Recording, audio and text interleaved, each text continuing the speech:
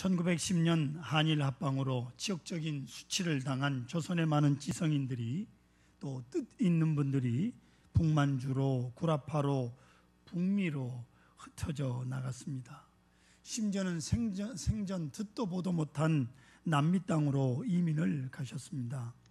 눈물을 흘리며 보따리를 쌌고 다시 돌아오지 못할 길을 가게 될 때 그들의 마음은 말할 수 없이 무거웠습니다. 그들의 보침 속에는 무, 배추, 마늘, 고추 같은 것들의 씨앗이 들어있었습니다. 우리네 사람들은요, 어디를 가나 김치를 먹어야 한다고, 매운 것을 먹어야 한다고, 산설고 물설은 이국 땅에서 이런 것이 꼭 있어야 된다고 생각을 했습니다. 도착하자마자 그들은 집마당에 배추, 무, 마늘, 고추를 심었습니다. 잘 자랍니다. 있고 그것들을 수확해서 김치를 담가 먹으면서 조금이라도 고국의 향수를 달래게 됩니다. 그런데 그들과 같은 무렵에 독일 사람들이 이민을 온 사람들도 있었다고 합니다. 이 독일 사람들은 자기네 집 주위에 돌아가며 구덩이를 파더니 거기에다가 호두 씨앗을 심는 것이었습니다. 서로 간에 그럭저럭 의사소통이 되기 시작하자 한국 사람들이 그 독일 사람들을 보고 이렇게 말했답니다.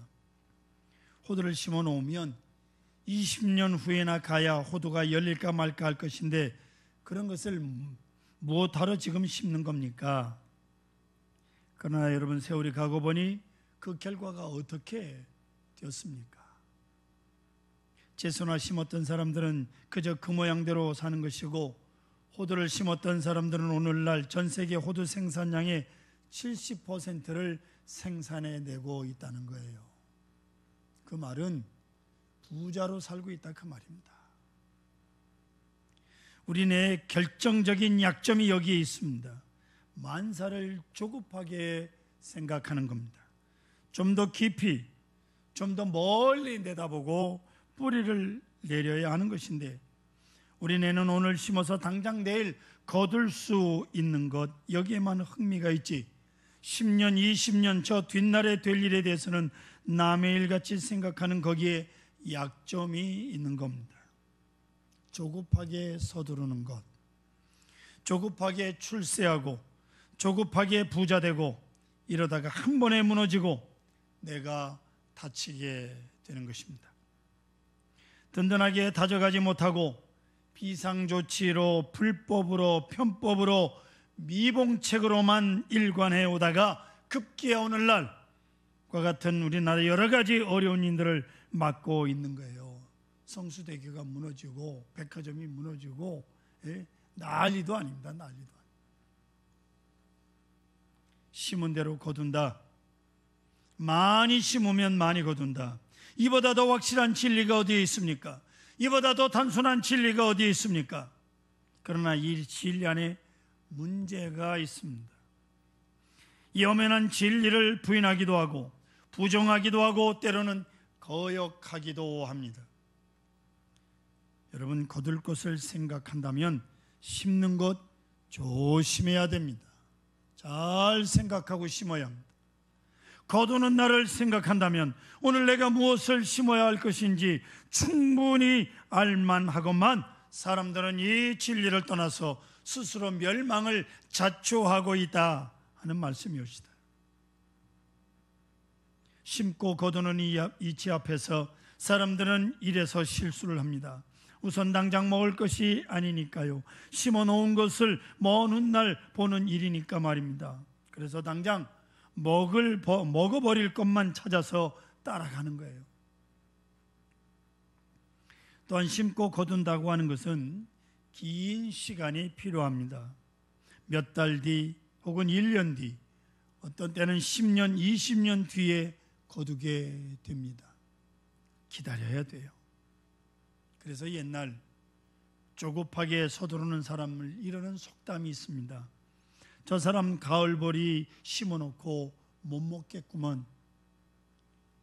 여러분, 가을에 씨를 뿌려서 이듬해 초여름에 거두는 보리가 가을보리 올시다.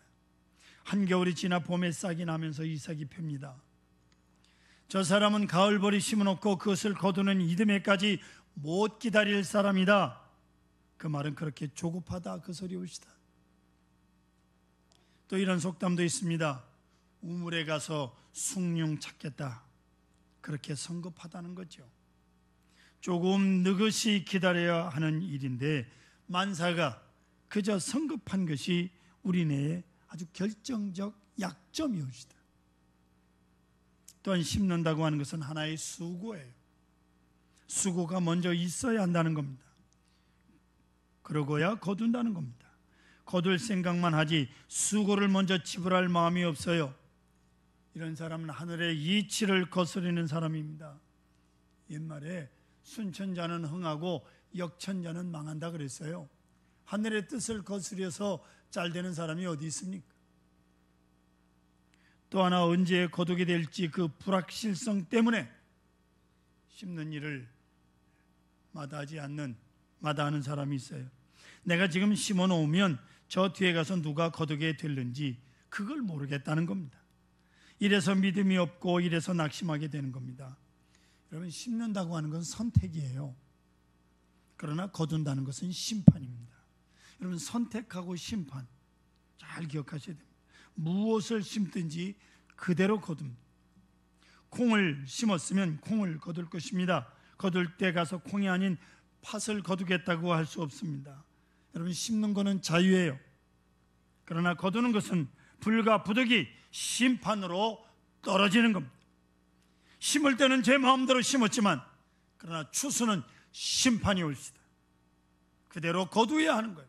그대로 거두지 심어놓지 않은 걸 거두는 법이 없습니다. 이 말씀 잘 기억하면서 오늘 본문에 아주 깊은 뜻이 있는 말씀이 담겨져 있음을 생각합니다. 예수님께서 이스라엘 사람들이 멸시하는 사마리아 땅을 지나가십니다. 수가성 가까이 우물가에 앉았을 때 불쌍한 아낙네가 물을 길러 나옵니다. 아주 팔자가 기구한 여자입니다. 주님께서 이 여자를 보시고 18절 보시면 내가 남편이 다섯 있으나 지금 있는 자도 내 남편이 아니라고 말씀합니다. 정말 어떤 사연이 있었는지 모르지만 어쨌든 남편이 5명이나 있었고 지금 있는 남편도 남의 남자와 살고 있는 여자입니다. 당연히 사람들로부터 손가락질을 당함으로 이 여인은 다른 여인들과 같이 어울리지 못합니다. 다른 여자들처럼 아침 저녁 선단한 시간에 물길로 나오지 못하고 홀로 이 뜨거운 한낮에야 물동이를 이고 나와야 하는 참으로 불쌍한 여인입니다. 예수님께서 여자를 만나서 전도를 하십니다. 이은 마침내 예수님께서 메시아 되심을 알고 예배 처소에 대해서 깨달음을 얻고 이 예수님을 만나는 시간에 구원을 얻게 됩니다. 그때 여인은 물동이를 버려둔 채 평소에 그렇게도 자기를 멀리해오던 그 동네 사람들한테 가서 전도를 합니다. 내가 메시아를 만났다 하자 동네 사람들이 예수님 뵙기 위하여 무리를 지어 우물가로 몰려듭니다. 그 나오는 모습을 멀리서 바라보시면서 예수님께서 하시는 말씀이 옵시다. 35절 보시면 너희가 눈을 들어 밭을 봐라 휘어져 추수하게 되었도다 라고 말합니다. 여러분, 한 죄 많은 여인이 전도를 받고 기쁨으로 나가 전도하고 간증할 때 저 많은 사람들이 우르르 몰려오는 것을 보시면서 이거야말로 추수 때가 되었도다 라고 말씀하는 거예요. 예수님의 깊은 통찰력을 여기서 읽을 수 있습니다. 누군가가 심었고 지금은 거둘 때다. 한 사람이 심고 많은 사람이 거둔다 하시면서 추수의 기쁨, 추수자의 감사하는 마음을 여기서 이렇게 말씀하시는 겁니다. 사랑하는 성도 여러분, 우리가 먼저 생각할 것은 내가 심고 내가 거둔다라고 하는 이치입니다. 우리 인생 자체가 농사예요. 한편 거두고 한편으로 심는 거예요. 어느 때까지 심고 어느 때까지 거두는 것이 아닙니다. 계속해서 죽을 때까지 거두고 심고 거두고 심고 또 심고 거두는 것이 인생사예요. 행복한 사람의 조건 3가지를 말하는데 이 3가지를 가져야 행복하다 그럽니다. 첫째가 something to do, 할 일이 있어야 한다는 거예요. 두 번째는 something to hope, 소망이 있어야 한다는 겁니다. 세 번째는 something to love, 사랑할 사람이 있어야 한다는 겁니다. 이것이 행복의 세 가지 조건이에요. 할 일이 있어야 되고, 소망이 있어야 되고, 그리고 사랑할 대상이 있어야 하는 거예요. 이 심은 대로 거두는 거죠. 오늘 할 일을 해야 하는데 할 수 있는 일이 없습니다. 해야 할 일이 없는 것은 할 수 있을 때 하지 않았기 때문에 오늘 할 일이 없는 거예요. 할 수 있을 때 하지 못한 사람, 하고 싶을 때 할 수 없게 되는 거예요. 여러분, 오늘 할 수 없다, 할 일이 없다 하는 것은 지난날에 게을렀다는 뜻이 옳시다. 게으름을 심었기에 오늘 할 일이 없는 거예요. 쓸모가 없으니까. 또 지난날에 부정하게 살았고 불의하게 살았고 양심의 가책을 느끼며 살았고 죄 중에 살았기 때문에 그에게 미래가 보이지 않는 거예요. 밝은 미래는 의로운 생활에서 바라볼 수 있는 겁니다. 그래야 소망이 있는 거예요. 그 소망이 있어야 행복한 거예요. 또한 사랑의 대상이 없다는 것은 사랑하지 않았다는 뜻이에요. 여러분, 사람은 나이가 40이 되면 주변 환경에 대한 책임을 지라는 말이 있어요. 사랑하는 성도 여러분, 지금 주변 사람들이 다 나를 반갑게 대해줍니까? 만나면 그죠? 얼굴에 화색이 돌고 반갑게 껴안고 악수합니까? 누구를 만나도 누구를 보아도 다 나에게 반갑게 좋게 대해주거나 나를 선하게 산 줄로 알 것이며, 아무리 보아도 나를 반갑게 대하는 사람이 없다, 천지간에 나는 혼자다, 왕따 당하고 있다고 한다면 그건 내가 지금까지 남을 멸시하고 살아왔다는 증거예요. 교만한 사람이기 때문에, 교만을 심었기 때문에 지금 친구가 없는 거예요. 사랑하지 않았기 때문에 오늘 사랑받을 수가 없는 거예요. 사랑의 대상이 있다는 것, 그것이야말로 귀한 인생의 추수가 아닐 수가 없습니다. 모름지기 우리는 이것을 알아야 돼요. 과거에 심고 현재에 거두고, 현재에 심고 또 미래를 거둡니다. 제가 자주 하는 말입니다. 저는 여러분들의 미래를 훤히 깨고 있어요. 왜? 지금 하는 짓을 보면 미래가 어떤지를 훤히 알고 있다, 그 말이에요. 아십니까? 오늘 심는 게 있어야지. 주를 위해서, 교회를 위해서, 하나님을 위해서 심는 게 있어야 미래에 거둘 것이 있죠. 내가 심고 내가 거둡니다. 내 운명은 내 것이에요. 중요한 말입니다. 내 운명 내 거예요. 여러분, 오늘 열심히 심으세요. 주를 위해서 충성하세요. 그런가 하면 오늘 본문에서는 오만 율법의 말씀을 넘어서는 진리가 있습니다. 심은 대로 거둔다는 건 율법이에요. 하지만 오늘 본문에서 율법을 넘어 은혜의 길을 우리에게 제시합니다. 그 은혜가 뭐냐? 한 사람이 심고 다른 사람이 거둔다. 한 사람이 심고 많은 사람이 거둔다. 이게 은혜입니다. 시편 126편 5절 보십시오. 눈물을 흘리며 씨를 뿌리는 자는 기쁨으로 거두리로다 말씀하고 있어요. 성경의 말씀이에요. 틀림없습니다. 사랑하는 성도 여러분, 오늘 나의 생활, 내 윤택한 생활, 때로는 힘들어도 이만큼 하는 생활이 내가 심어서 된 일입니까? 그렇게 생각하고 있다면 그건 교만이 옳시다. 그 누군가가 심었고 지금 내가 거두고 있는 것이 옳시다. 그 누군가가 눈물을 흘리며 심었어요. 나는 그것을 거두는 주사의 기쁨을 내가 누리고 있다. 그 말이 옳시다. 그 눈물을 흘리며 심으신 분이 내 부모요, 내 형제요, 믿음의 형제요, 성령님께서 지금도 말할 수 없는 탄식으로 우리를 위해서 기도하고 계시다는 사실을 잊지 마시기 바랍니다. 우리 민족의 역사로만 보아도 과거에 우리의 어른들, 우리의 선친들 얼마나 고생을 하셨습니까? 일제시대에 나라 없는 고생을 하셨죠. 또 6.25 전쟁으로 고생하셨죠. 믿음의 선진들이 얼마나 많이 순교를 당했습니까? 바로 우리 어른들의 그 많은 고생을 하시면서 의롭게 사신 믿음의 역사로 이제 우리는 그 대가로 이만큼 복을 누리며 살고 있는 거예요. 무조건 감사하세요. 불평하지 마세요. 아멘. 뭐 입이라고 불평을 하고 있습니까? 얼마나 하나님 은혜가 감사한데. 6.25 한국 전쟁으로 많은 분들이 죽었어요. 정말 우리 민족이 뼈아픈 경험을 했어요. 그러나 우리는 6.25 전쟁을 통해서 많은 것을 배웠고 거기서 상당한 힘을 키웠습니다. 그리고 오늘에 이르러 이만큼 번영과 자유를 얻은 것이옵시다. 많은 분들이 심었어요. 그래서 오늘 우리가 거두고 있는 겁니다. 지난 수요일 저녁에도 말씀을 드렸습니다.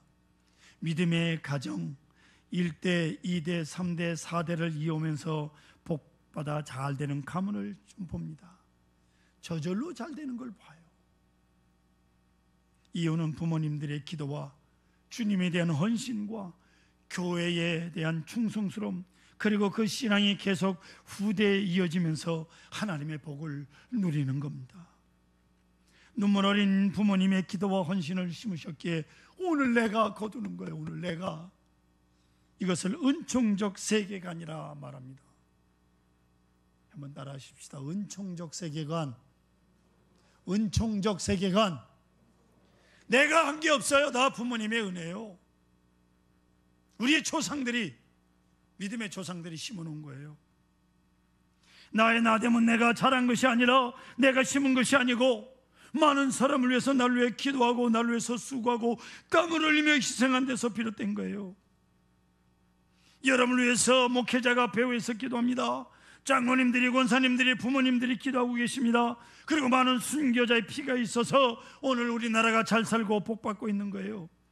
오늘 우리가 이만큼 은혜를 거두고 있는 겁니다. 한 사람이 심고 많은 사람이 거둔다고 주님 말씀하고 있습니다. 35절 상반절 보십시오. 너희는 넉 달이 지나야 추수할 때가 이르겠다 하지 아니하느냐 라고 말씀하고 있습니다. 그렇습니다. 기다려야 돼요. 넉 달 후에 추수 때가 이릅니다. 그러나 영적으로 볼 때는 다릅니다. 물질적으로는 넉 달 후에 추수하겠지만은 영적으로는 지금 추수할 때가 되어 있는 거예요. 많은 사람들이 예수님께로 몰려오는 것을 보시면서 희어져 추수하게 되었도다 하고 말씀을 합니다. 선지자들의 많은 피가 바탕에 있고 그리고 예수 그리스도께서 십자가에 돌아가실 것입니다.